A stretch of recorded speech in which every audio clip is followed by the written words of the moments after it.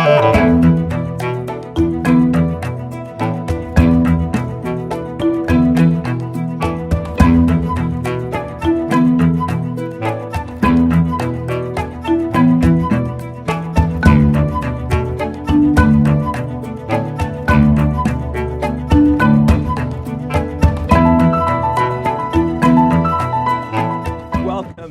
Honey, Did We Bankrupt the Kids session as part of the Generation Wars strand of the Battle of Ideas. I'm Neil Davenport and I'll be chairing today's discussion. I'm the convener for this, the Generation Wars strand.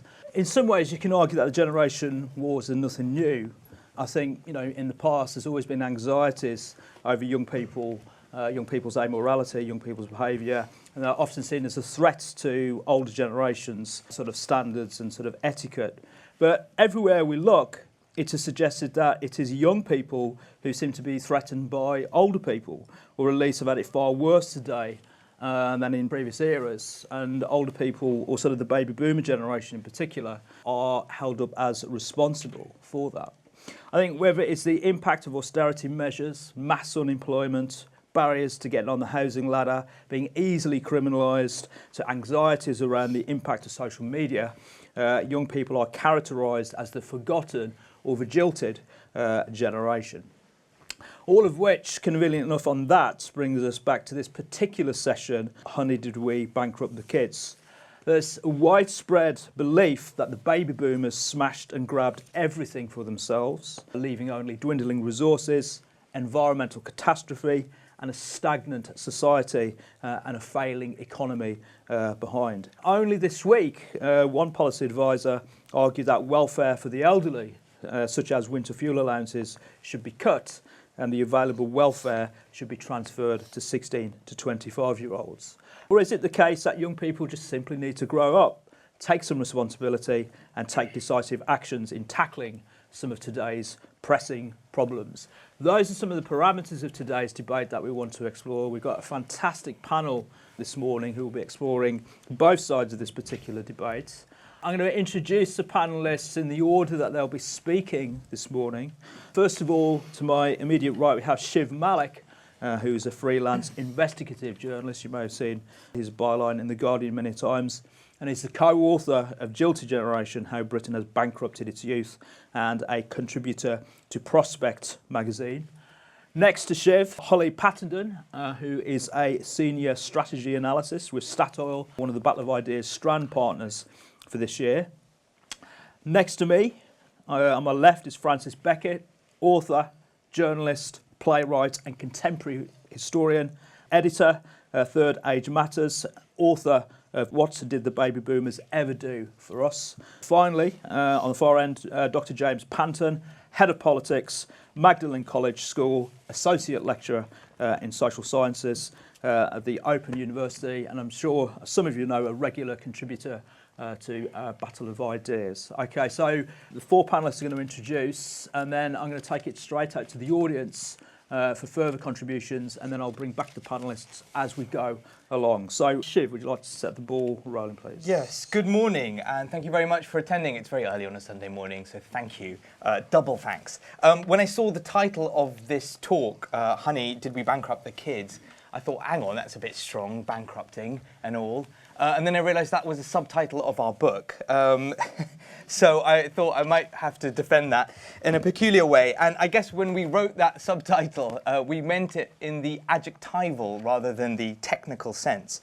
Because God knows what would happen if this generation was actually, as the programme notes say, allowed to stand on its 2 feet and disavow the debt that's been passed to them and actually declare bankruptcy. So what do we really mean by bankrupting in the sort of adjectival sense? Well, I guess what we mean is that in a sense this generation will be in some senses less successful, or in many senses in fact, less successful than the generation that has come before them.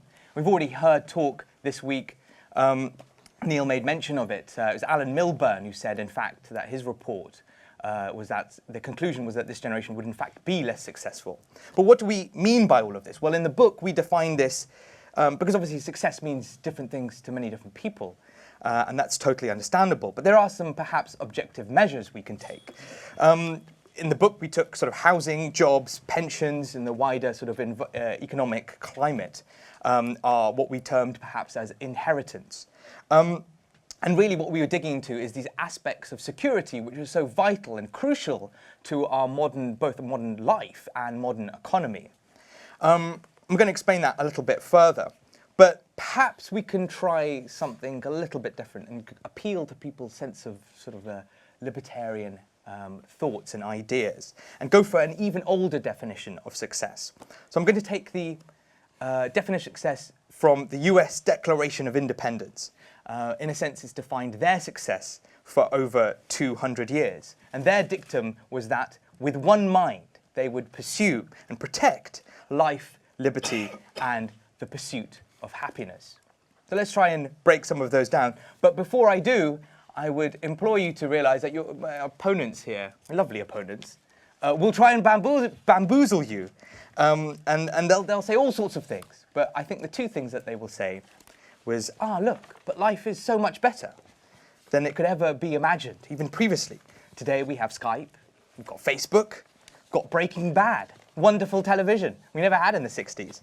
And more importantly, we have the iPhone, the world's information at the touch of a button. Sadly, I don't have any reception, so I can't ask Siri anything at the moment. And they also say, you've got the wrong attitude. Just stop whinging, stop moaning. Take responsibility. And really, actually, what they've done is blown off one of our legs, our generational legs, if you want, and then asked us to stand on our own 2 feet. We've got plenty of options as a generation, if you want. They've given us plenty of options, but we're not free to choose. So let's go back to that dictum. Life, liberty, and the pursuit of happiness. Let's take liberty first, the middle one. What does Thomas Paine say? How long have I got? 3 minutes? 4 minutes? 4 minutes. Okay, excellent.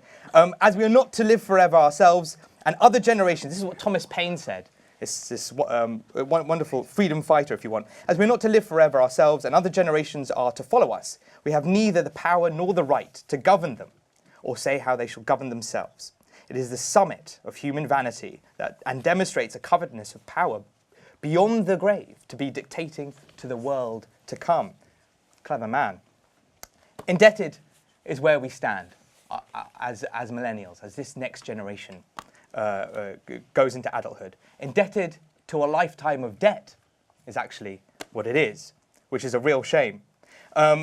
I probably don't need to remind anyone who's under 35 that they'll be paying off, well, now, if they're going through university, £9,000 of fees and ending up probably after they graduate with £50,000 of student debt. Remember, the generation before asked their parents to pay for them, and they did very generously. They made that sacrifice. Pensions. 2 other things. We'll be paying as a generation far more for the pensions of the generation above us. Why? Because they didn't save. In fact, they took pension holidays in the 1990s. That's where all of their savings went on having a nicer, more luxurious life, while they expected the next generation to pick up the tab. And then, of course, there's the national debt, heading into hundreds and hundreds of billions. If you want, what they've done is they've dined very heartily, very, very generously. They've had their holiday homes, their wine cellars, and their sea cruises. I love their sea cruises. And then they've dashed. They've dined and dashed, and they've left the next generation with the bill. The hand reaching from beyond the grave, as Thomas Paine warned, is the generation above us, dragging us down while they drag themselves up. So let's think about that pursuit of happiness, because life isn't always about liberty, if you want. Well, I guess there has been indeed a great libertarian expansion. We should be grateful for that. That is partly the result of the generation, the baby boomer generation, who fought for such things, whether it be racism, equality for women, or gay rights. They have certainly been crusaders in this. But again, I'd implore you just to realize, while we have options, we are not free to choose. Aha. So what can't we do? Well, we are prevented in the economic sphere, I'd suggest, from doing all sorts of very crucial things which actually make pursuing happiness and a life worthwhile. Let me just have a flick at this very quickly, because I know we're closing up on time. But when it comes to raising a family, Well, a third of our generation under 35 are currently still living with their parents, and we know that they're delaying having a family simply because they can't afford homes. Instead, they're paying out most of their income, up to 50%, 60% in some cases, on rents to landlords of an older generation. And that's because the generation before us haven't built enough homes throughout this country because they refuse to take that sacrifice. When it comes to security against ill fortune will happen to us all, whether it's unemployment or sickness. What this generation are left with are insecure and precarious work circumstances, 0 hours, contracts, internships that are unpaid. And when it comes to enjoying the interest of our investments, well, unfortunately, the leisure that makes life worthwhile, I think the answer is hell no. This generation knows they're in an incredibly rough ride because they'll be paying out for the generation above and for our own longer lives. So, life, liberty, pursuit of happiness, well, it certainly isn't our fault that this generation, we won't be able to stand on our own 2 feet. And it should be the generation above who stand up and take responsibility for the mistakes they've made. Okay, thanks, Shiv. Holly. You can applaud, yeah. We'll save till the end. Holly. There are some things that the baby boomer generation has got seriously wrong. On the economic front, the squandering of North Sea oil revenues, the cultivation and promotion of tax havens. In education, the way that the education system has changed means that those that are coming out of the system now are not necessarily equipped to cope with economic realities. And in my view, the most important is the legacy of war. The baby boomers generation, their wholehearted embrace of the liberal interventionism fallacy. And that is a toxic legacy to have left to us. But the situation that young people find themselves in today is not the baby boomers' fault entirely. We can't blame the boomers for having benefited from an exceptional set of economic circumstances. Women entering the workplace, inflation wiping out their debt and boosting their property values, globalization coming at the right time. And these things no longer apply today. And I also don't think that we can blame the baby boomers for making the most of it. We're a generation that grew up, in general, a lot more pampered as children than they did. And it's typical for us to complain that it's not fair. Perhaps it's not. But should we blame our parents' generation for that? It's not our fault, but it's not theirs either. And it's clearly not in their interests to sort it out now. So it's up to us. I think it's the responsibility of every generation to create the kind of society that it wants to live in. And we can only do that through active political engagement. There's no use sitting on the sidelines and being defeatist about our lot while remaining politically apathetic. What are we doing about PFI, for example, which is going to leave a steaming pile of debt on the doorstep of the next generation? There are loads of baby boomers. If you think our generation has it tough now, just wait until the bill for all the care of these people, who I hope will live to ripe old ages, becomes due. There are far fewer of us to pay for it, and it's going to be really hard to afford, no matter how hard we work, unless we concentrate on tackling the gross inequality that is a feature of the current economic system. So I argue that inequality is the real problem and is a cross-generational problem. And it's not just the baby boomers' fault, it's sped up in recent years. We're now in a situation where the richest 20% in the UK own 60% of all the wealth. That's almost twice as much as the rest put together and 100 times more than the bottom 20% have. So in my view, the real challenge is sorting that out and focusing on achieving a more equal society across generations, rather than comparing one with another. I want to say, instead of I have a rant that I normally take around to meetings like this, and I thought today I would spare you the rant, and because it always seems to get misunderstood a little bit, and instead I correct a few things that people tend to get wrong. And by the way, I disagree with very little of what's just been said by either speaker, but I think I want to go a great deal further than either of them have done. Firstly, baby boomers are people, and it's a fairly simple, straightforward definition. They are the people who were born during the post-Second World War baby boom. That is to say, they were born between 1945 and 1955. Now, if you read David Willits, he'll tell you they were born between 1945 and 1965, but that's rubbish, because that's two baby booms, not one, with a little dip in between the two. And it's two generations, not one. There's no way in which you can impose some sort of generational unity upon people born within a 20-year time frame. So I'm talking about a time frame of the baby boomers are people who were born between 1945 and 1955. Now, the second one that I want to nail, I did an interview on the Jeremy Vine show about this a month or so ago, and loads and loads of phone-ins, all of them condemning, all of them saying, Francis Bickett wants to take away our pensions. And I met a perfectly intelligent woman who I'd known for years, who said, I heard you on the radio yesterday. Why do you want to take away our pensions? I don't want to take away their pensions. I don't think it's anything to do with that.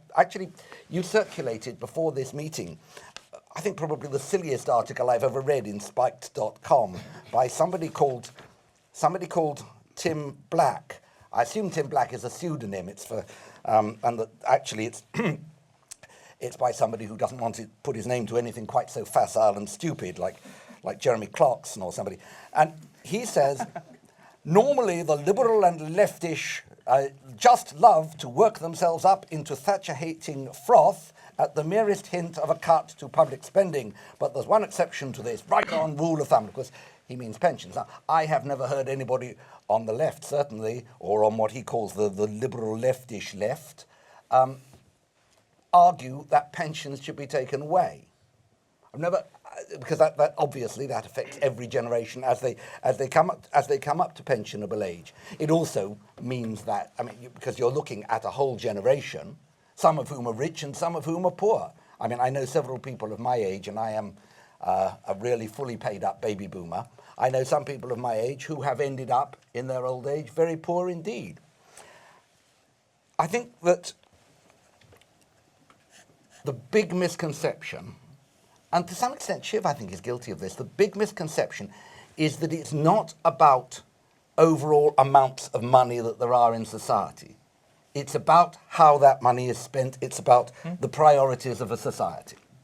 Now, I suppose I can best illustrate this by talking about two of the 20th century's biggest British political figures.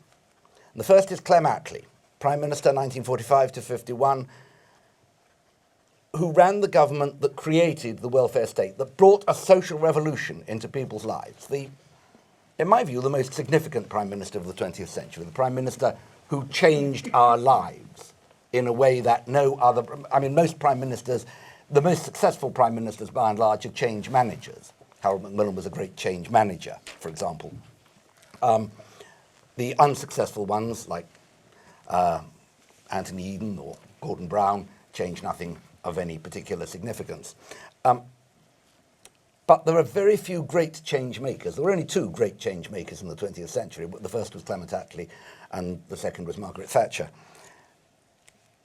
But to create that revolution, what he did was to turn our priorities on their head, to say that the priority is ensuring that nobody should have to grow up illiterate. The priority is to ensure that nobody should be allowed to die of a treatable illness. The priority is to ensure that nobody should starve, nobody should not have enough money, whether they're unemployed, whether they're in a low-paid occupation, whatever they are, should be allowed not to have enough money to live a reasonable, decent, dignified sort of life. Those are our priorities. If those are your priorities, then you can create it even though what you have just done, and remember Clement Attlee came to power, we talk about economic crises. Clement Attlee came into power at a time of an economic crisis such as none of us have ever seen in our adult lives. He came in, an economy utterly destroyed by the war. And after he came to power, within a month or two, the Americans withdrew Lend-Lease, which meant that he was actually running a bankrupt economy. Out of a bankrupt economy, he created a better society. So it's not about the amounts of money, it's about your priorities, it's about the sort of society you want to create. Now, the beneficiaries of that essentially were the baby boom generation, me. One or two people around, looking around the room, not many of you. The beneficiaries of that were the baby boom society, and eventually the baby boomers themselves, as it were, produced their own prime ministers. There have only been two baby boomer prime ministers, Tony Blair and Gordon Brown. Unlike Attlee, they came to power at a time when the economy was strong, when Britain was doing well, when actually there was enough money to ensure a decent life for everybody. They had the economic strength that the Attlee government lacked. What they lacked was any will to change society, to do anything with it. So that they, Tony Blair in particular, stole Labour's time to continue Thatcher's work. 1 minute. So, I suppose my criticism of the baby boomers, remember that it's my generation I'm talking about, my criticism of the baby boomers is that we inherited a great legacy from a generation that couldn't actually afford to give it to us. We could afford to build on that, and instead we chose to junk it. We chose to allow that inheritance of a better sort of society with better priorities. We chose to allow that to disintegrate. Thank you. Okay, thanks, Francis. James. Thanks. I'm glad Shiv began with a kind of drawing upon great words of the past. It'll make me feel slightly less odd if I draw upon some great words of the past. I was struck by the kind of allusions in Neil's blurb, the poetic allusions. So I thought I would start by going back to the source. Neil says, being young today, very heaven or just plain hell. Wordsworth says, O pleasant exercise of hope and joy, for mighty were the auxiliaries which then stood upon our side, us who were strong in love. Bliss was it in that dawn to be alive, but to be young was very heaven. Wordsworth's discussion, central section of the Prelude of 1804, discussing his journeys and wanderings, intellectual and physical, through immediately post-revolutionary France. And he says, bliss to be alive in a time of possibility and change, but to be young was very heaven. The world is for the young, says Wordsworth, not because the world is well made, nor indeed because the world is comfortable, or because the world is generous to the young, but because the world is there to be made and remade by the young. And indeed, a bit later on, he goes on, he says, why should I not confess that earth was then to me what an inheritance new fallen seems when the first time visited, to one who thither comes to find in it his home. He walks about and looks upon the spot with cordial transport, moulds it and remoulds it, and is half pleased with things that are amiss. 'Twill be such a joy to see them disappear. Joyous then to mould and remould the world, joyous to see the problems of the world as things which we can resolve. And it may be slightly unfair to set up, which is what I guess I'm doing, a kind of comparison between a kind of 19th century romantic, revolutionary, idealistic image of the young. To set that up in opposition to what is, I think, a far more limited and perhaps limiting image of contemporary young people. It may seem unfair, but it kind of sets up exactly what I want to suggest, which is that we're none of us born into a world that we choose. History doesn't give us the option of choosing the state of the world or the conditions of the world or its economic climate or its social problems. But we are all of us endowed by a capacity to make sense of that world and, as Wordsworth says, to mould and remould it into a better world. But in order that we can have any sense of that possibility, of that capacity, we need to understand ourselves as agents in the world. And I think that the presentation that we hear of the jilted generation, of intergenerational conflict, of a younger generation in society who are stuck entirely with what they're given, I think it does a profound disservice to any sense that the world is actually there to be made, and a profound disservice to any sense that actually we have that capacity not to be stuck with what we're given, not to be stuck with an economy which has certain limits and therefore problems of redistribution, but actually to decide what kind of world it is we want to live in, what we want to do with the economy, how we will solve some of the very profound problems that we face. And I think to present what is a profound problem, but also therefore a profound set of possibilities in terms of a very limited and quite penny-pinching generational conflict over distribution. I think it's a very problematic way of presenting things. It is obviously divisive in society.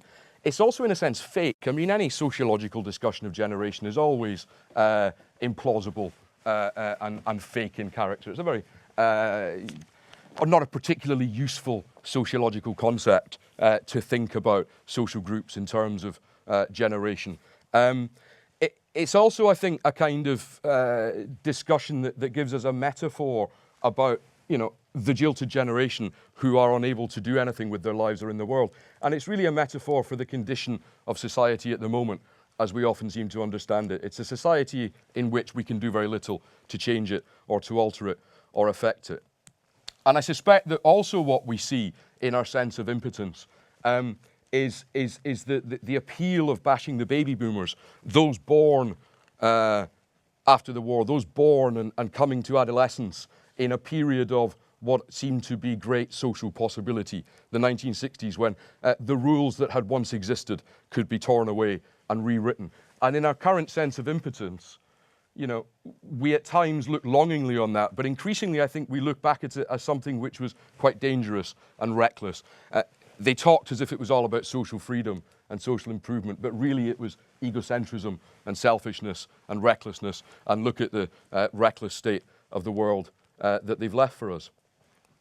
None of that is to contradict the fact that we have some very serious problems to face. We're in the depths of an economic recession, and it is true that that recession has hit young people disproportionately hard. We're still, I think, at about 2.5 million people unemployed.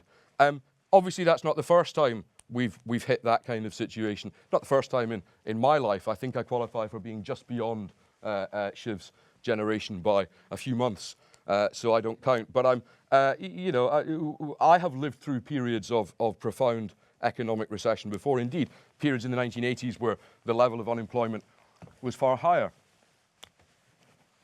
But that unemployment, that economic stagnation is the result of a fundamental lack of economic imagination. Really something, I think, which is not peculiar to just now, nor a consequence of Blair and Brown, really. I mean, I disagree with Francis slightly that they managed a society with a booming economy. Actually, they kind of drifted through a society on an entirely false economy. I don't think the economy has ever really picked up since the profound dips of the 1970s.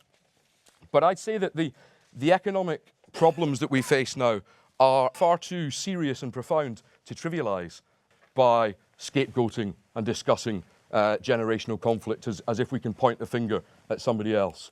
And nor is there any way of finding a solution to that if we have in front of us what we believe to be a very limited economic resource pool that we have to, redistribute this way or redistribute that way, take a tax break off here to add a bit of benefit there. There's also, I think, despite the very real figures and facts, I don't want to challenge the facts, there's also some interesting questions we can ask about young people in employment, young people in housing.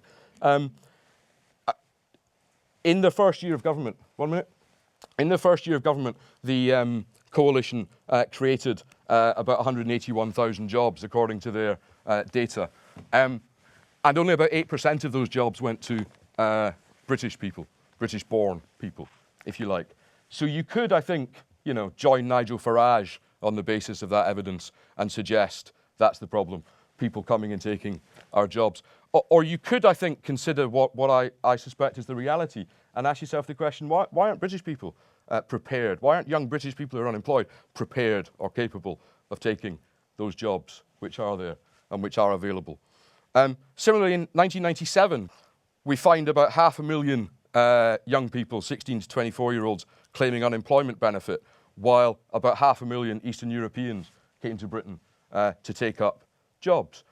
It speaks to me to a generation of people who face problems, have certain possibilities of really struggling in their lives and moving their lives on, but actually resist doing that. Don't want to take that plunge, don't want to take the sacrifices that might be involved in transforming themselves. And Shiv's data, I think, on the number of young people staying at home is really very illustrative of that fact. 29% of men, 18% of women between the ages of 18 and 34 living with their parents from the stats a few years ago. But I disagree that we just need to understand that in terms of the fact that they lack jobs, that houses are too expensive. That is true. There's a problem with jobs and housing is very expensive. But actually they lack the wherewithal and the sense of themselves to go out and struggle, to live in shit accommodation in order to take a bit of control of their own lives and their own destiny. And that, I think, is the fundamental problem. So I'll stop with that. I think we've brought up, if there's any disservice that a previous generation has done, I think we have a generation that is the product of an image and a sense of impossibility, a sense of stagnation, a sense that the world could never be other than it is. That, I think, is the problem that we face. And I'd rather that we could be half pleased with the things that were amiss, because we could take joy in thinking, actually, the world is ours to create and remould and reform. That's what's lacking. Okay, thanks, James. Can we give our panellists a round of applause, please? Okay, we've got a number of different points being put forward. I just want to quickly summarise what the panellists have said. Shiv has argued that whichever way you want to dress it up, if you want to sort of measure criteria of success on every level, young people are not succeeding, mainly because the baby boomer generation have grabbed everything. Holly was saying that you can't blame the baby boomers for inequalities in societies and inequalities across generational rather than hitting young people in particular.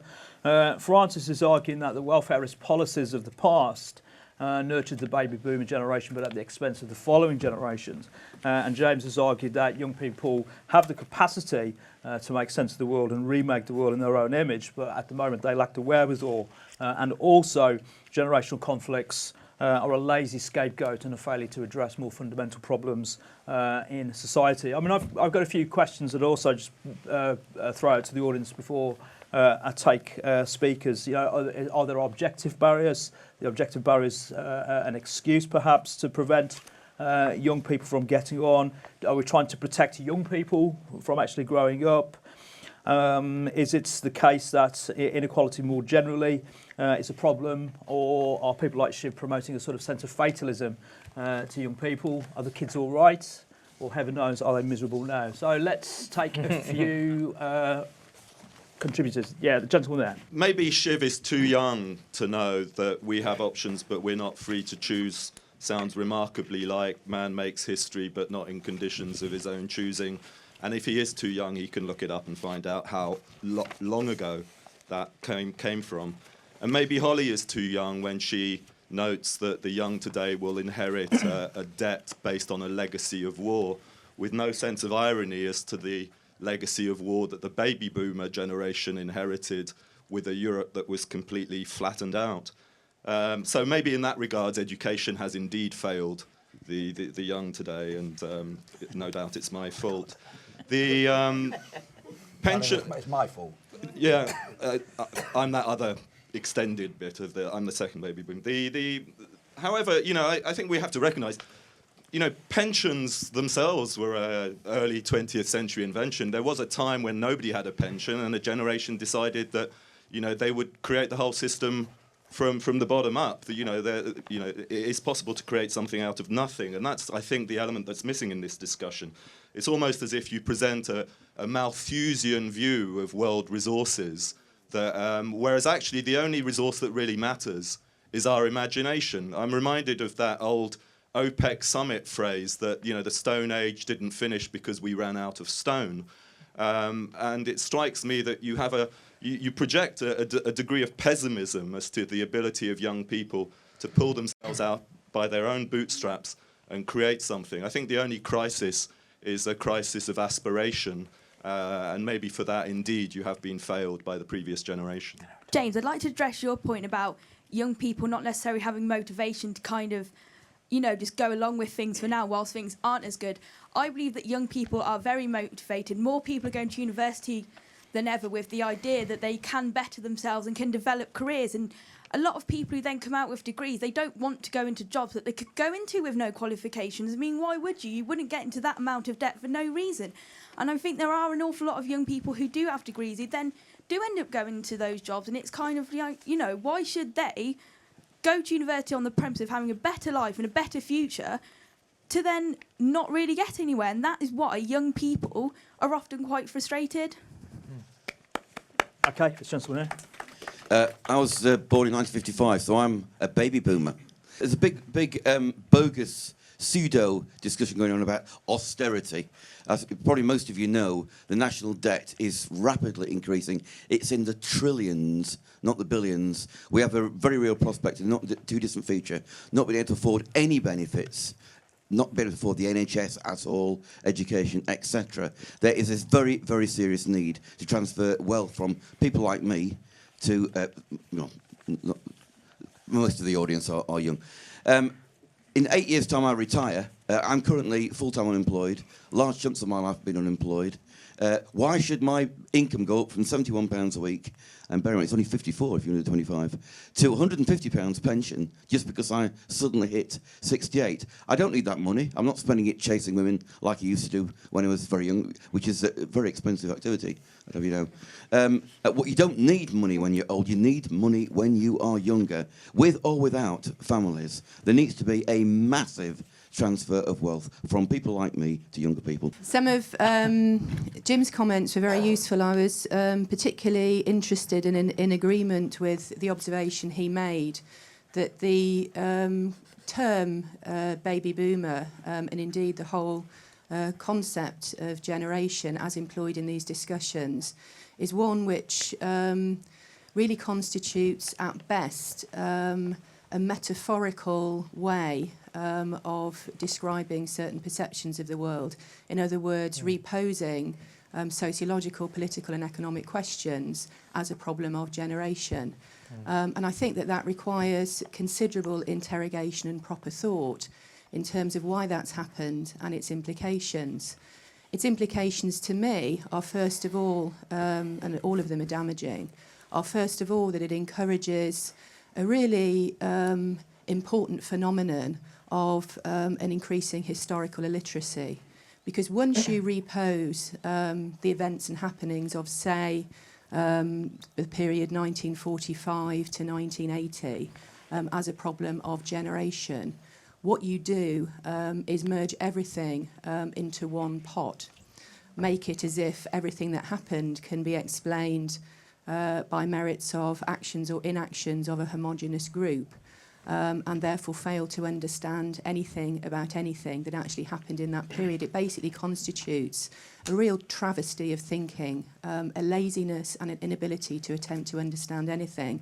And I'm afraid to say, Shiv, you end up in a situation with your introduction. I mean, I'm sorry to sound like my mother, but you should just be ashamed of yourself. It's lazy thinking. It's embarrassing to anybody who wants to think seriously about society and anything about it. For me, one of the most profound levels of damage that this lazy thinking does is to get people to basically think about anybody who is now in their 60s and everything that they did, ever did, or are going to do as a problem. And what that does is both of all create a phenomenal unfairness, and the only person who mentioned this, although I disliked almost everything else that you said, Francis, at least you did concede that there were vastly different experiences amongst this particular group of people. The so-called baby boomer generation were not a wealthy generation in their entirety. There are many, many people in that generation who didn't have a nice life, and I feel perfectly happy for any of them that now get to go on a cruise. Good luck to them. They're basically middle-aged people who should be able to enjoy their life. The other travesty of it, which Jim mentioned as well, is that in this intellectual laziness about understanding anything about the past, what gets missed is contributions. And I do think the issues around the 60s here are really well worth discussing, because there are some things about the 60s which constituted a really, really important gain for society, for culture, and for ideas about the future. The component of people born at a particular time who got involved in certain social movements and did various things. And a certain cultural spirit of the 60s has left an important legacy. To traduce that and present it as only a negative thing for people now, I think does young people a real disservice. A particular example would be, for example, the advent of legal abortion. That generation did that. To describe that as a problem for now, to describe that as a problem for now, I think is a really serious mistake. So my plea would be to think very carefully when you use this term about whether you're actually talking about anything real at all, or whether actually it's a construct of your particular imaginations. Other questions that have been posed forward is that in the past youth reordered the world, not always in their own making. Is a crisis of aspiration.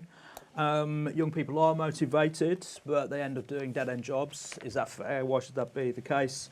And the problems of generational wars is that it's lazy thinking because it's a sign of historical illiteracy. Let me take Shiv first of all. Do you want to respond directly to some of these comments? And then Francis? I absolutely agree. Young people are responsible for their futures. They're also now responsible for what's been done in the past. And unfortunately, there are always messes to pick up. These happen to be fairly large ones, I reckon.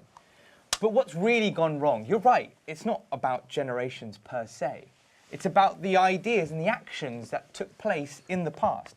Where do I go but to say that what's happened before? I can't say that the future's to blame, right? So I go into the past, and there's a set of ideas which were actually incredibly well related to that generation. If you look and you poll them and ask them their attitudes, what you find is their ideas that are the things that they believe in are actually pretty greedy as a generation compared to the generation that went before them. As in, that's their ideas of the world. They're hyper-individualistic. In fact, my generation, are even more hyper-individualistic, which raises a whole set of other problems.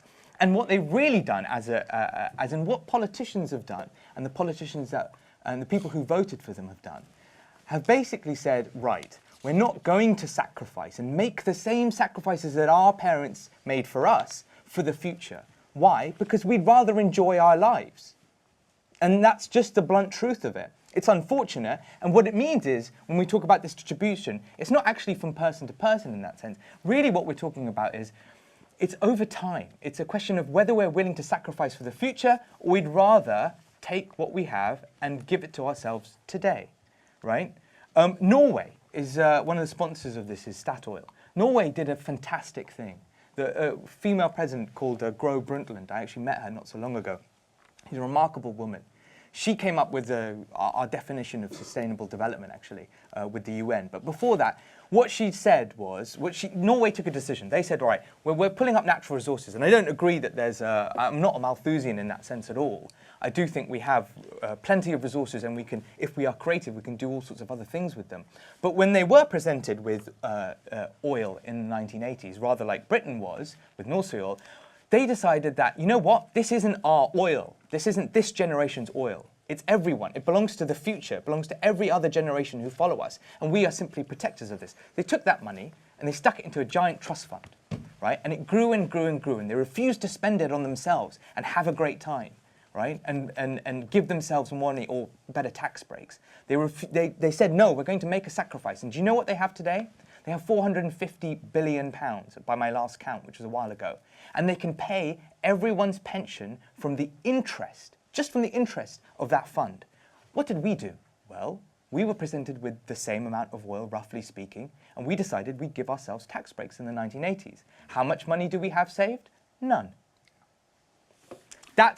So when I talk about all of that, it's about a poverty of thinking from the generation before. So our generation must, you're right, rethink what's gone before, because not only is it not sustainable, it's harmed our futures. We must make more sacrifice for the generation that comes after us and build a better world. But it means rejecting the things that have come before us. It means understanding why those things happened.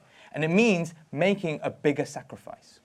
That last point that last point is the key one, and it's the point that I was making earlier about priorities. It's not a question of the total amount that you've got. It's a question of what you do with it. Whether you decide that you're going to tackle poverty and inequality, or whether you decide that what you're going to do is to provide tax breaks for those who are best off. And that's the key thing that generationally we got wrong. Now, I only want to take up two of the points that we made. Firstly, the gentleman here, my contemporary. I want to say one thing that sounds slightly reproving, but I always think it's a mistake for people of our age to say, you may be too young to remember, but most of the stuff that I was saying, I'm too young to remember. I don't remember the Attlee government, but I know what he did. I've read about it. As a matter of fact, I've written about it. I've written a book called Clem Attlee, and it's a jolly good book. It's the best biography of him that exists. Buy it today in all the bookshops. And unfortunately, I'm not sure it's out there. Your book's out there. I'm not sure any of mine are. Buy mine, it's out there. Absolutely. Well, maybe mine is too. I didn't look very closely. Anyway, the other point that I wanted to take up from you was this point about the legacy of war. It's a really interesting one. That you're saying we inherited the legacy of the Second World War. Well, we didn't really. We came after it. We don't remember it. We weren't there at the time. I wasn't. I'm sure you weren't. In terms of the legacy of war, we should be talking not about the Second World War, but about much more recent wars. I think most of my generation owes an apology to the ghost of Harold Wilson, who we denounced at the time. But without Harold Wilson, I could have found myself fighting in Vietnam with a Labour Prime Minister who didn't have the strength and the determination to stand up to the Americans. When I was a young man, would have found myself fighting in Vietnam, or could have found myself fighting in Vietnam.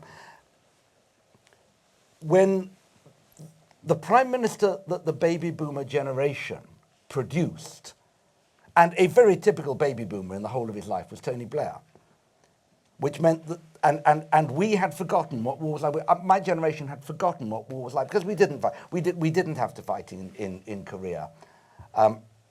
We didn't have to fight in Vietnam. We had forgotten what war was like, and we produced a prime minister who thought that war was something gallant and lovely, and a prime minister who loved uniforms. A prime minister who also loves money, when now finding out. But a prime minister at the time who loved uniforms, who thought that anything that the military did was good, and who sent the next generation to go and fight and die in useless and, in one case, illegal wars in Iraq and in Afghanistan. Mm-hmm. So it seems to me that we shouldn't be talking about the legacy of war. We haven't seen war in the same way that the generations that succeeded us have seen war. Now, I only want to comment briefly on the woman in the third row here, the last speaker, who said that she was happy for older people to be able to go on a cruise if that's what they wanted, and so am I. I think you missed the point. The point isn't that, and it was the point that I tried to make over and over again, that we're not saying take money away from older people and give it to younger people. We're saying rebalance, or I'm saying rebalance our priorities. And the priorities are not between the old and the young. The priorities are between the rich and the poor. It seems to me that you also talked a little about the gains of the 60s.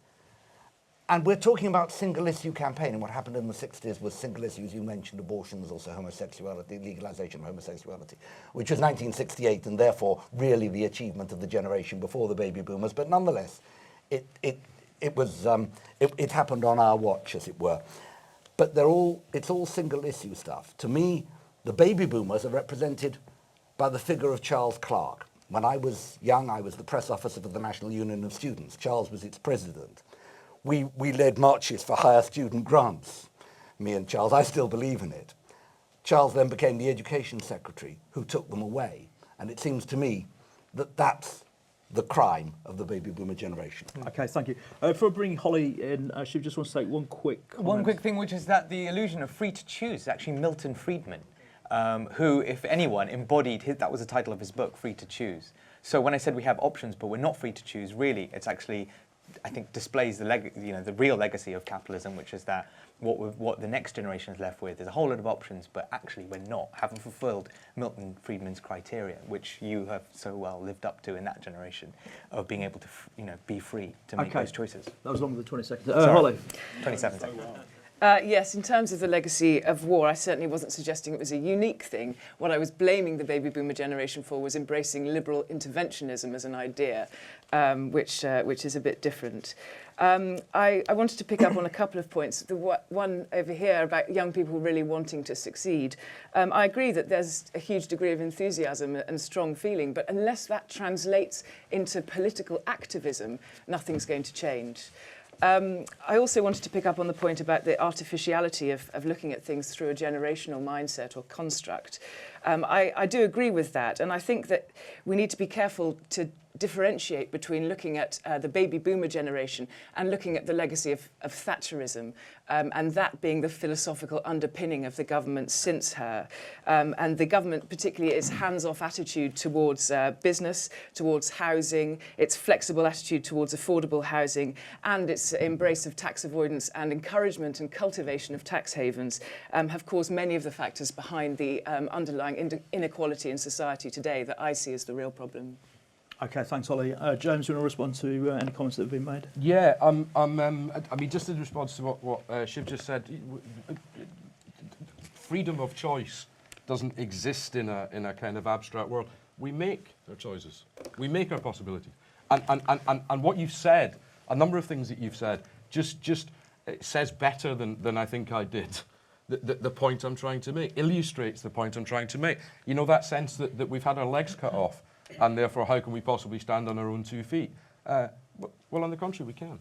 Get a prosthetic, life's tough, you've lost your leg, crack on. Sure, but see when the what person you who can do. shoots your leg off, then tells you to stand on your own 2 Can we feet. have one person speak at a time? I just wrote down, as you said, it was so unfortunate that the baby boomers decided to enjoy life. No, he didn't say that. He did. Did he? He did. I wrote it down verbatim. It was unfortunate that they enjoyed life rather than saving and investing for the future. They decided to live for the moment and to live now. And there's something really peculiar on the category of generation.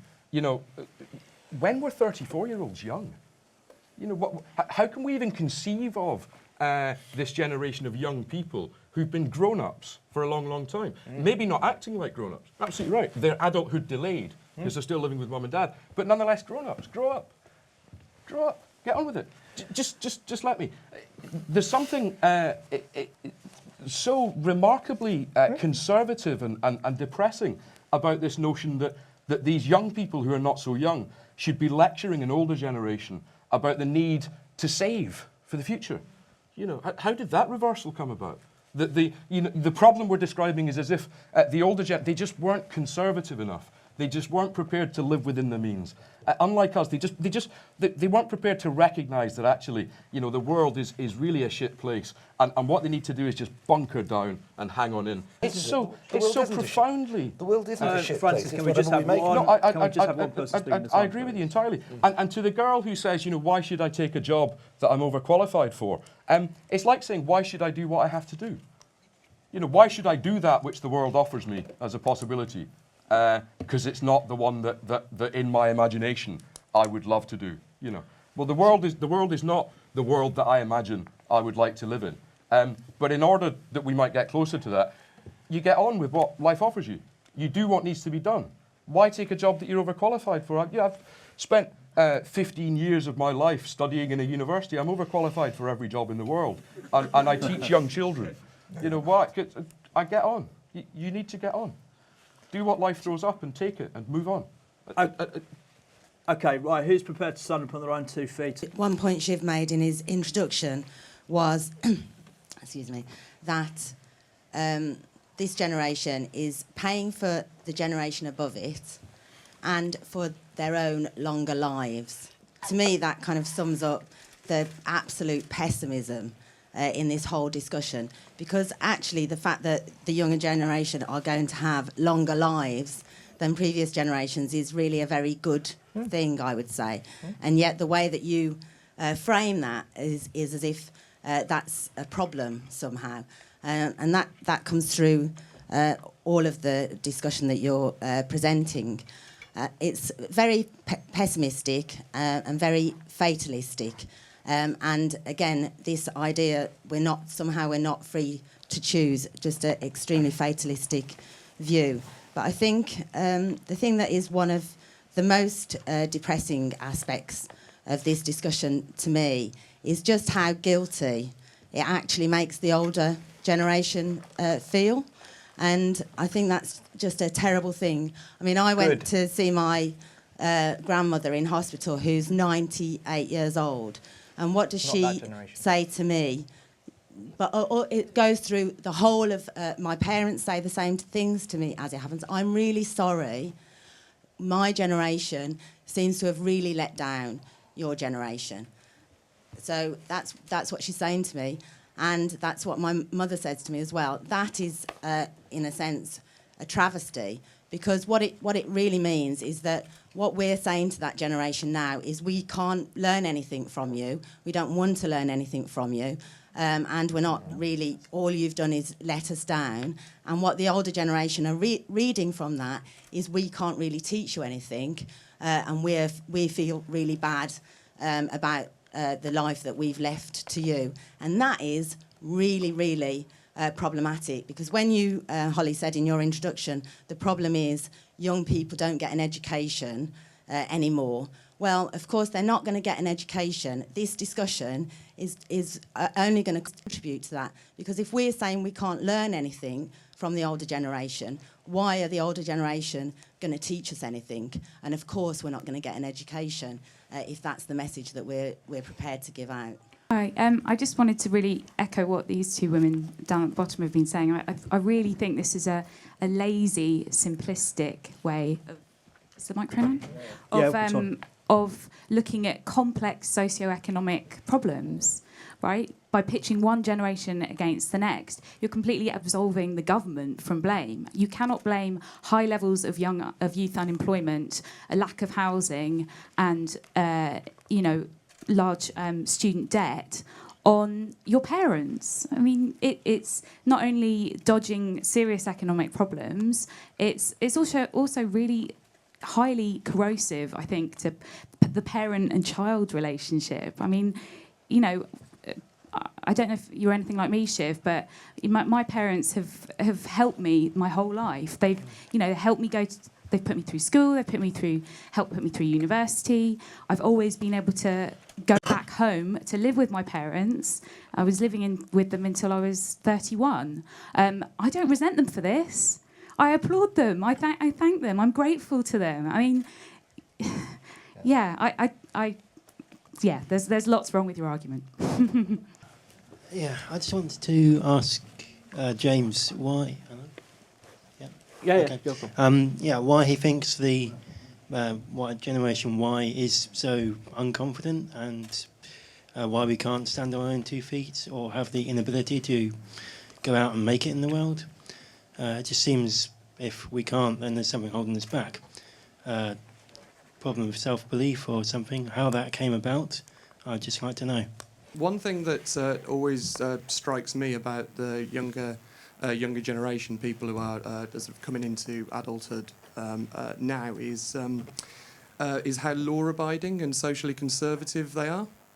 And you think about the sort of generation of people like Joan Bakewell and Kirsty Walk. They sort of moved to London at sort of 18, 19, had no money and nowhere to live, as is the case with all 18 and 19-year-olds. Nobody has any money when they're 18 or 19. That's no different from for any generation. But they moved to London. They signed on. They squatted. And they used that opportunity to get on the ladder a bit, and then were able to move on with their lives. Now, the whole finishing university and then moving back home to me is just it's a really bizarre situation. Really, the idea that anybody would want to move back in with their parents after they've experienced the independence of university, just because you get your washing done and your dinner cooked. And it seems to me that people end up with the outlook of their middle-aged parents, and that's why they become socially conservative. So I think the best thing people, parents could do at the moment would be to kick their kids out at 18 and not let them move back in. And if that means a bit of petty criminal activity like squatting, then actually that might be quite a good thing for their aspirations. I just wanted to make a point about working a job below your qualifications. During the a few months ago when I was looking for a summer job, I've seen a job advert for kitchen porters, I think, when they were asking for at least 6 months of experience. So should I start interning for that?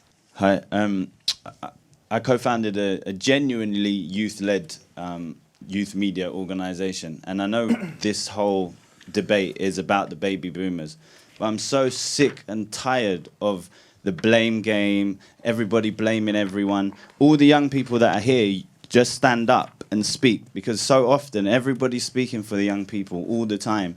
And who's been to McDonald's recently? Probably not many of you, but if you went into McDonald's, I don't eat there, JD Sports, Wembley Stadium, there's a lot of young people that are taking these jobs, and we happen to know of hundreds and hundreds of young people, armies and armies of young people that are out there doing amazing positive things and pushing the whole future forward, because they are the future. So stand up and please stop talking for them. Hi, well, sorry, I'm guilty as charged. I'm a baby boomer, so sorry about that, guy. Just this generational thing, because that's really what the session's about. It's just an absolute nonsense. You're trying to resolve a problem. A few people have said that the problem in society is not a generational one. It's all very well to blame a generation. I come from the same generation as you on the platform. I remember having to go to an outside toilet. My generation, the working class generation, we've had to struggle. We've had mass unemployment and lots of other problems. The problem in society is not the generation. You're trying to make it into a small part, and it lets everybody off the hook.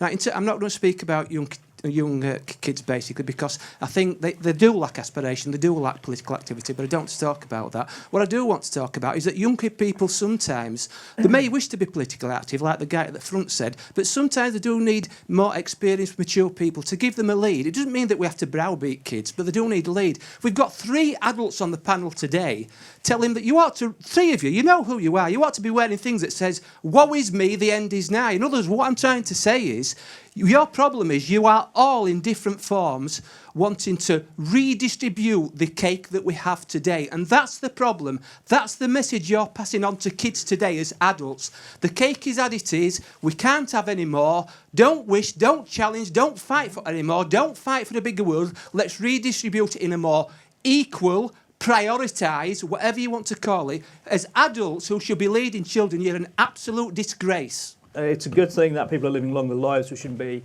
pessimistic and fatalistic. It's a lazy, simplistic way of thinking in terms of locating everything as generational.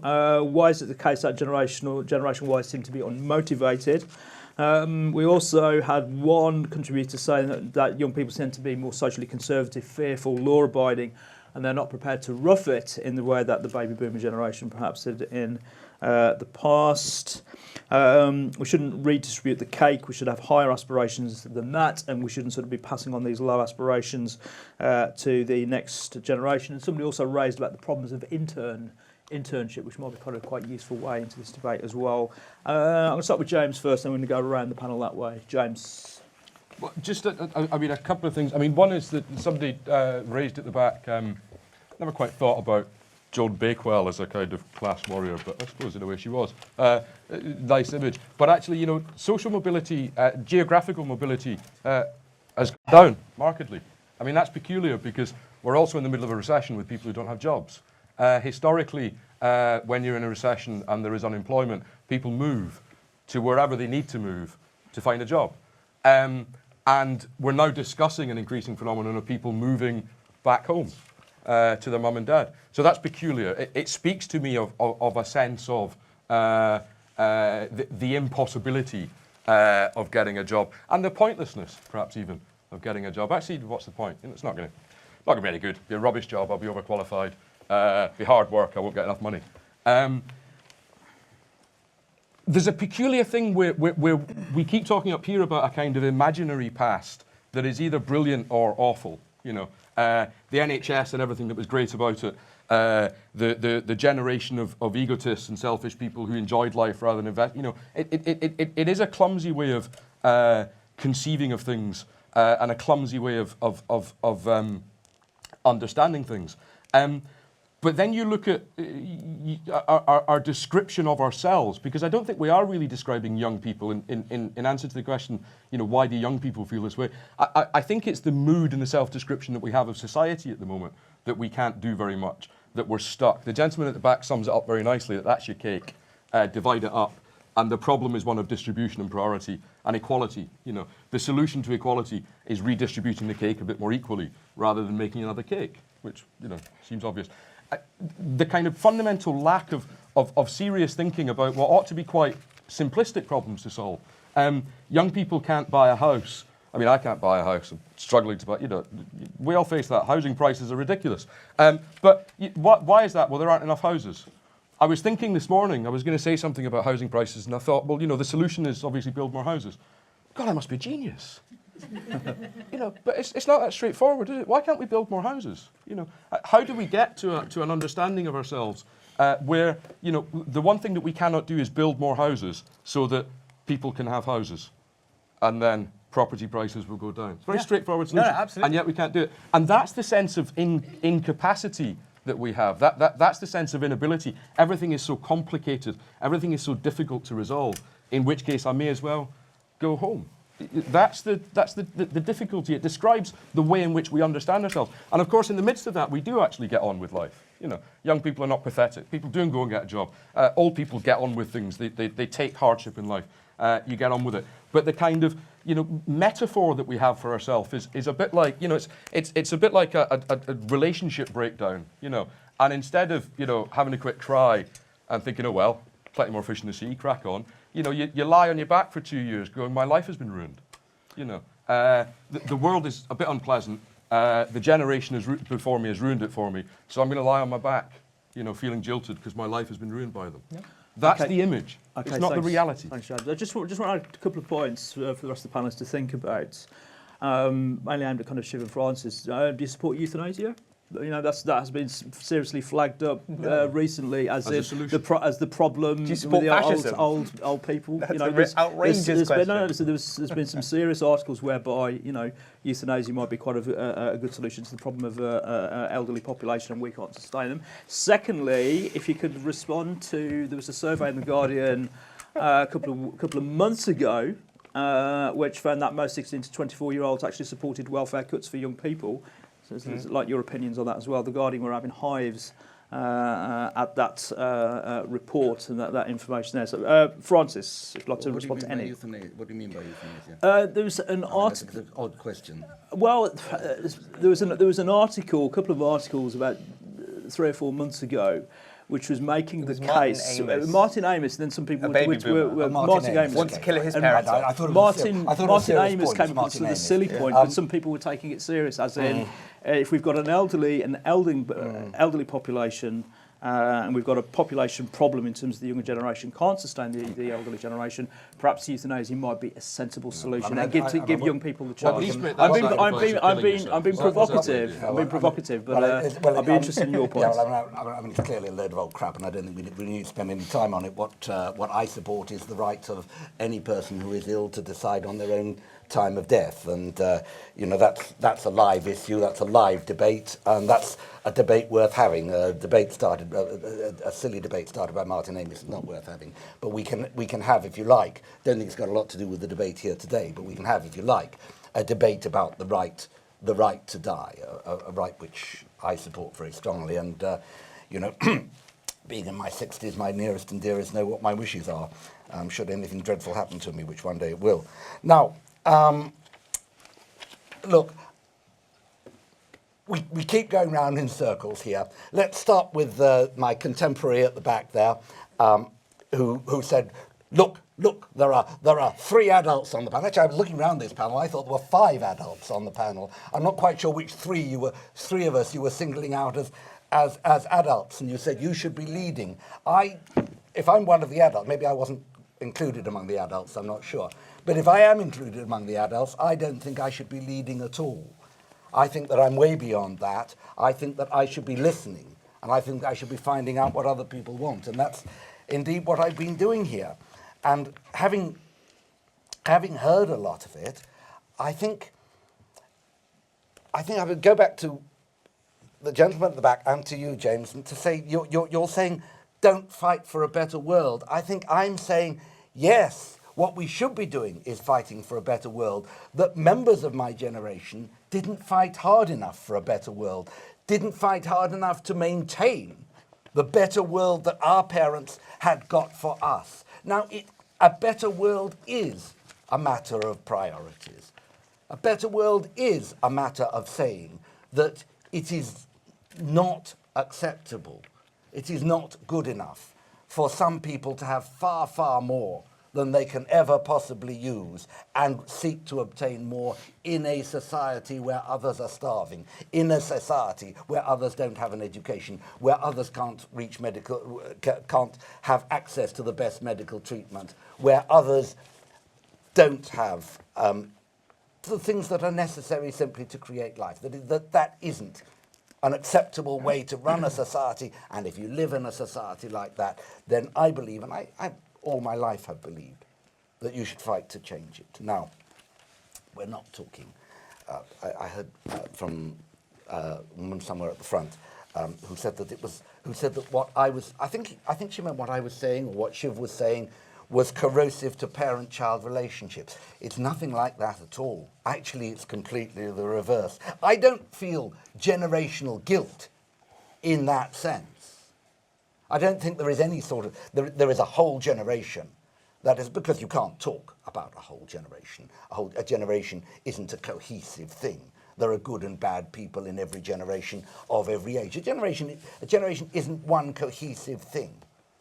But if you look at the overall effect of a generation, you look at whether it's made the world a better place or it hasn't. There are some generations that did and others that didn't. And the generation that did was the generation that came out of the First World War.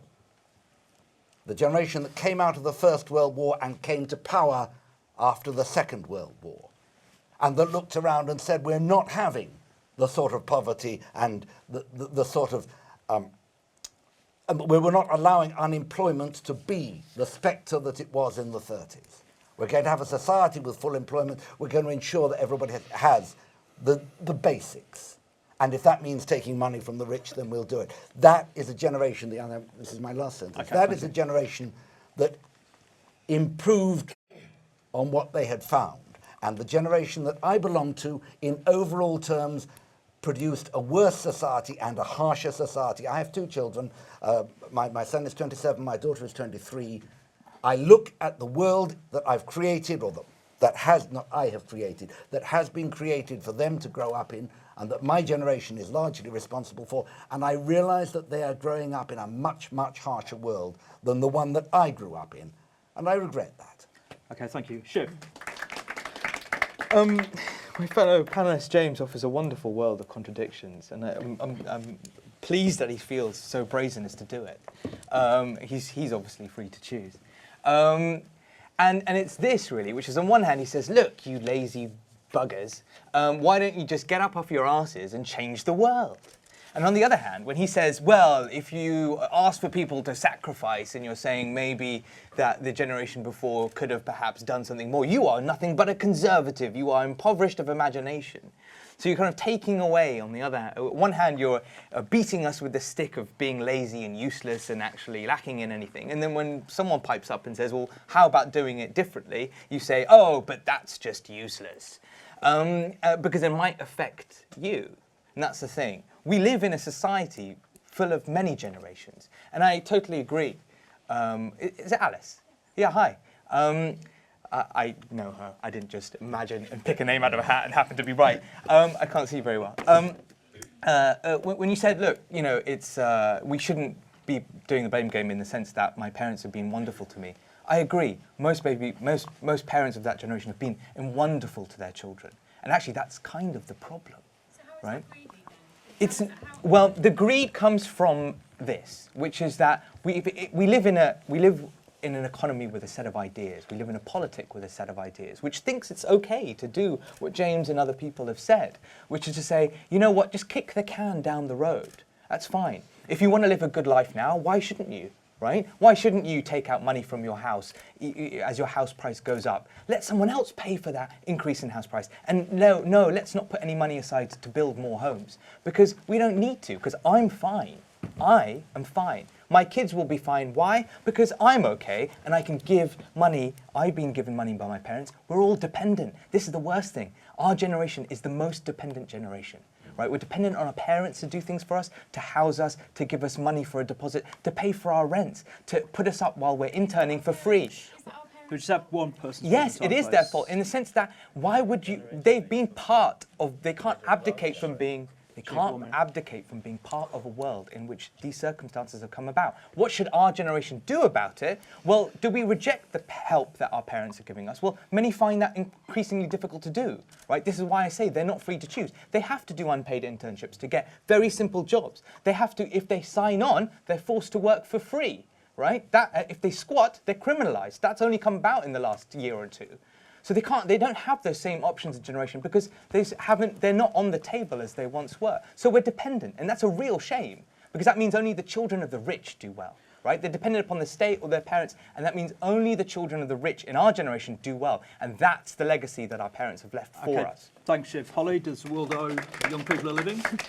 I do agree with some of these points on dependency, and I do to some extent see the baby boomer generation as responsible for an extension of childhood, particularly the way that they've changed university funding from the burden being on the state to the burden being on the parents, thereby burning the ladders up which they climbed. And I can see that in a kind of broader context of the nanny state and trying to nudge behaviour and this sort of benevolent paternalism.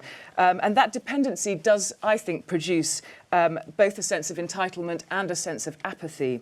And I think there's no point using that to try and blame the baby boomers. I think we should be looking at the generation after the baby boomers, the ones who are in political power now.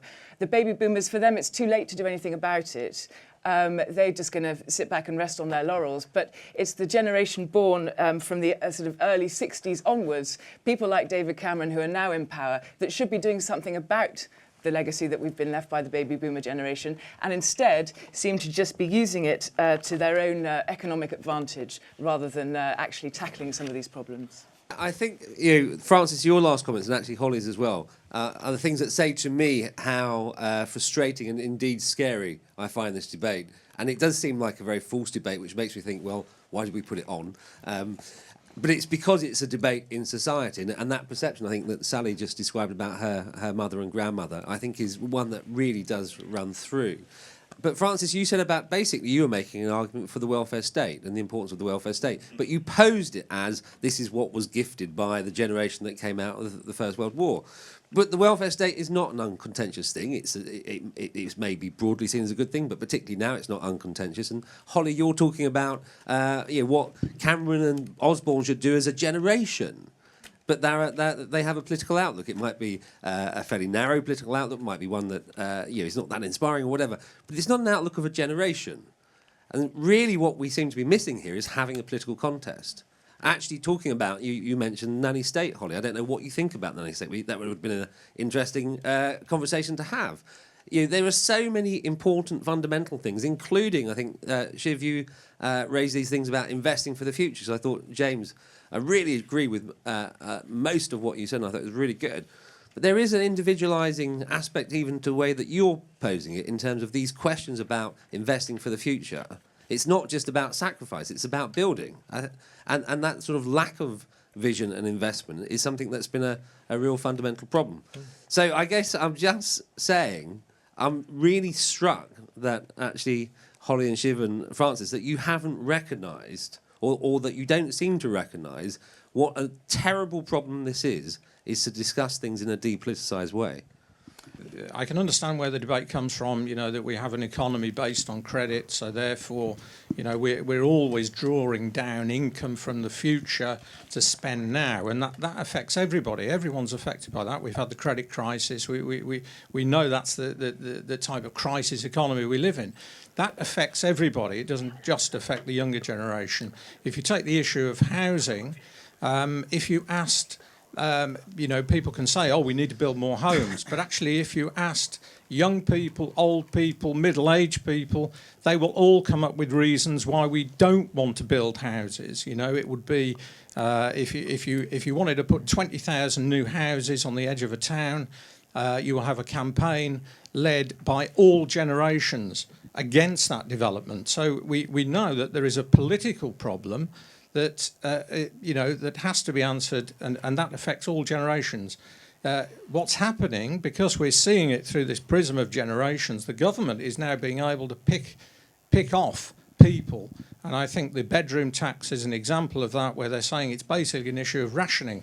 The old people have too much space; they need to give that up in order to help the youngsters. And that's the wrong answer. What I would say is, we're all in it together, and it's not a generational issue. I'm Generation Y, so I'm happy to speak, I suppose, on behalf of that generation.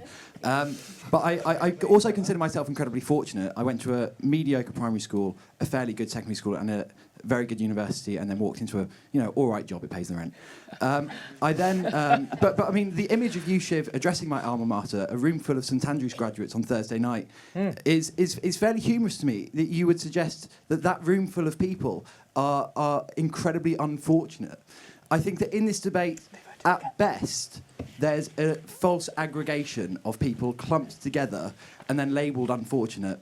And at worst, and I think there have been some examples of this on the panel today, saying that the least well-off people in Generation Y are people like me, graduates of that generation, that now have debt, but at least have incredibly good prospects. It's worth remembering that the impact of class is significantly more substantial than how old you are. And that the most disadvantaged people, however old they are, tend to be defined by class, and certainly not age. Okay. I'm a young person and I'm a student, and I think that actually we need to look at it at a different perspective, look at it more positively. Learn from our mistakes, we're all generations, we're all together, we're all humans, we all should work together and look at it more a positive way of learning from it. And also, with my parents have supported me through university, and I think it's just shown me that I need to get a job that, if I'm overqualified for, I still need to show that I'm paying everything and providing what I need to get better and help the generations. And I think personally down the line, our generation will probably be slated for something, and it might be a losing situation, but at least we can keep on trying. And I think our generation are. I know a lot of people who are getting jobs, who are working full time. If they can't go, they've done apprenticeships, and there's different things out there for them. And I think this generation is trying, and I think they get a bad name, and we do get a bad name. And I think all the generations are. And I think we need to look at this positively. Francis mentioned that it was the post-war generation of leaders improved on what they had found previously. But they improved not because they were worrying about what legacy they would leave the next generation, but because they had higher transgenerational human ideals. The Victorians also left us an amazing legacy because they focused on what was great and good. They didn't worry a hoot about this generation or the generations that came after them. And I think posing it in that way shows the poverty of aspiration that now infects all of political discourse, that you think about what's the footprint I leave on the planet for the next generation, rather than thinking, how can I make something that's truly important and great? Earlier on, I didn't want to come across as kicking all my toys out the pram by saying, I'm going to university, therefore, when I graduate, I don't want to go into a rubbish job, because I know, that might happen to me. And since I have been 16 years old, I've been, working in, retail and stuff alongside studying. I think the sense of frustration is more that a lot of young people today are told, if you go to university or do an apprenticeship or do this or do that, you will have better prospects. And then they finish that and then they get told, well, the jobs aren't there, or you need experience. And I think that's where the sense of frustration is. It's not that people are lazy, it's just that they try and build something up and then it's taken away from them. As for, you know, there being the message of the youth not being politically active, I do believe they are. However, I believe that it's still a question of class in terms of the middle class youth, I think, are more politically active than the working class youth. Not because the working class aren't capable. There are many working class people that are passionate about political issues, but they might not know how to go about it. They might not know how to get involved in it. And sometimes it is their voice that is ignored in this whole scenario. I'd just like to echo what was said by the girl there and respond to a comment that was made by the gentleman at the back earlier. Which was rather insulting, actually. I've been told all my life to have a savings account. I'm 19 years old, and I'm really proud of what I've managed to save over my life because I know I can use it in my future. And the other thing was about people moving back in with their parents after they finish university. It's not because they don't want to, it's because they have to, because there are a proportion of the younger generation that know they need to think ahead for their future, is forward thinking. They move back in with their parents to get a job, to save money, and then in a few years they then move out. So I think saying that for me personally was actually quite insulting. The likelihood is I'll move back in with my parents after I finish university with the aim of saving money, not because I want to move back in with them and be lazy and just, feed off them and stuff. It's because I want to save money to build my future. So I just thought that was rather insulting to the younger generation. Okay, thank you very much, this woman here. And could you get the microphone down to this gentleman here as well? Okay. Right. I'm one of the older generation. I'm a baby boomer. And I've been sitting here feeling more and more angry at some of the comments that have come from the panel, particularly from Francis when he said that our generation have just contributed nothing to generations that come after them, because we're not just one lump of people, we're a whole group of people who are completely different from each other. And I mean, personally, I know lots of other people, were involved in the beginnings of the women's movement, the beginnings of setting up women's aid refuges, fighting for gay rights, fighting racism, and these sorts of things. That world, I remember it back in the late 60s. It was a very different world from how it is now, and that is a legacy that we have given to the next generation.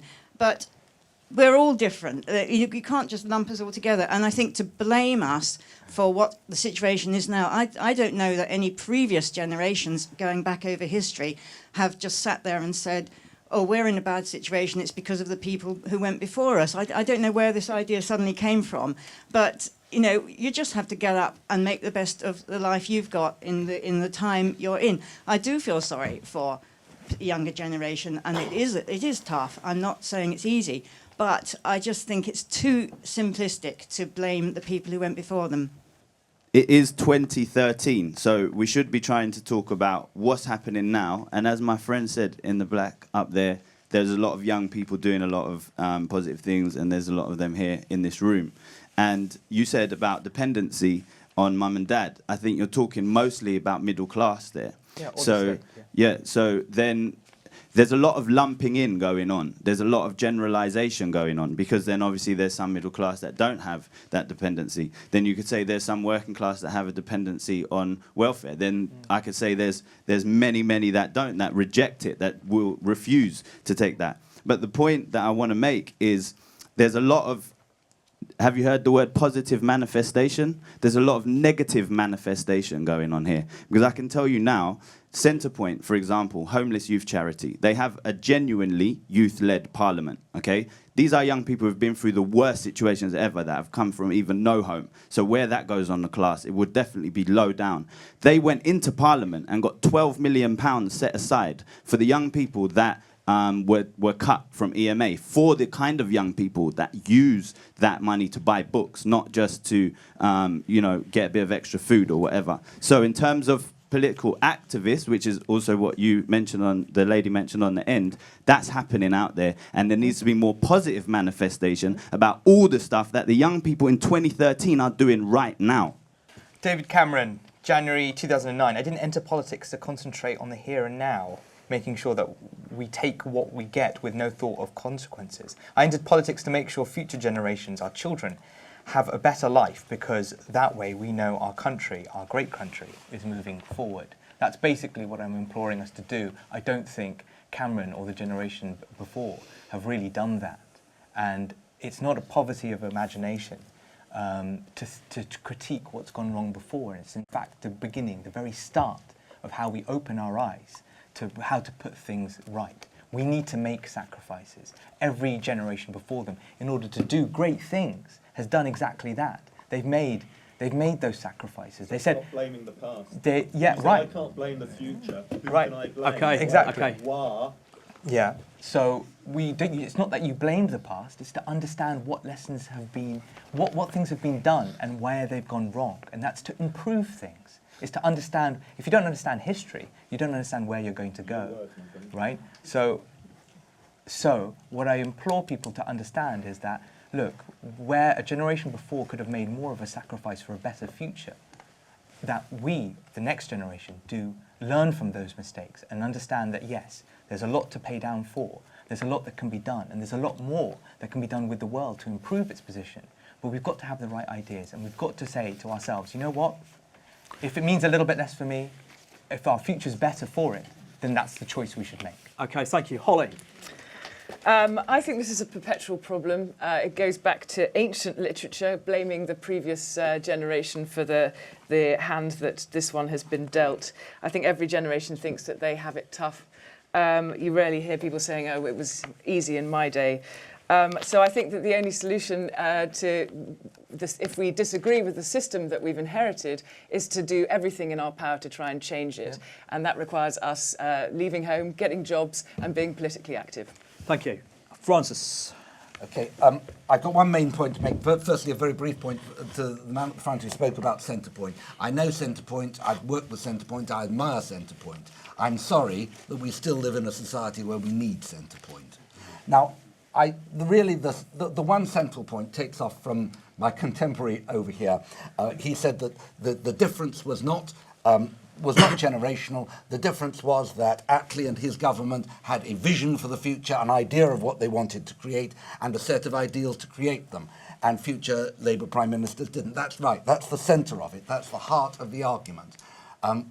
My generation, it's not everybody was bad. It's not everybody is guilty. But we did produce, and I think this at least is inarguable, we did produce the two weakest and worst Labour Prime Ministers that Britain has ever known, even including Ramsay MacDonald in Tony Blair and Gordon Brown. And I finish on a hopeful note. I look at the future, I watch Ed Miliband, and every time I see him, I think he's a Clem Attlee figure in every possible way. Clem Attlee was once described, people do laugh when I say this, but they'll see. People once said of Clem Attlee, he's a modest little man with plenty to be modest about. Actually, he wasn't a bit modest, and he had nothing at all to be modest about. He changed the world. You watch Ed Miliband now, if you think about this, without Ed Miliband, we would probably be dropping bombs on Syria right now and thinking about sending boots on the ground into Syria. And any other Labour leader of the opposition in my lifetime would have let David Cameron get away with that, but he didn't, and he didn't because we have possibly a Labour Prime Minister who is going to change the world in the way that Clem Attlee did. Okay, thank you. James, keep it brief because we're running over. I own, I think, most, if not all, I don't know, of Francis's books, and they're very good, but my advice would be to save your money on his next book, the biography of Ed Miliband, and invest it in your pension instead, because I don't think he's very interesting or worthy of a biography. I think, very quickly, but an important point, historically, we talk about generation and the problem of generation in periods of profound social uncertainty. The idea of generation enters the vocabulary with the breakdown of empire and a sense of the degeneration of the British working man and the British working stock who were incapable of fighting in the Boer War. It was the end of empire. It was a sense of everything secure has gone.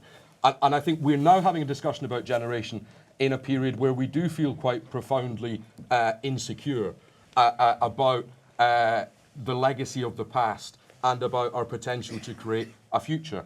And that, I think, is the problem. I wouldn't for a minute underestimate the problems that people face in life. I think they are very severe and very serious. And they require far more creative and imaginary solutions than the kinds of solutions that we offer. And and I will stop at that. Okay, can we give our panelists a round of applause? Thank you.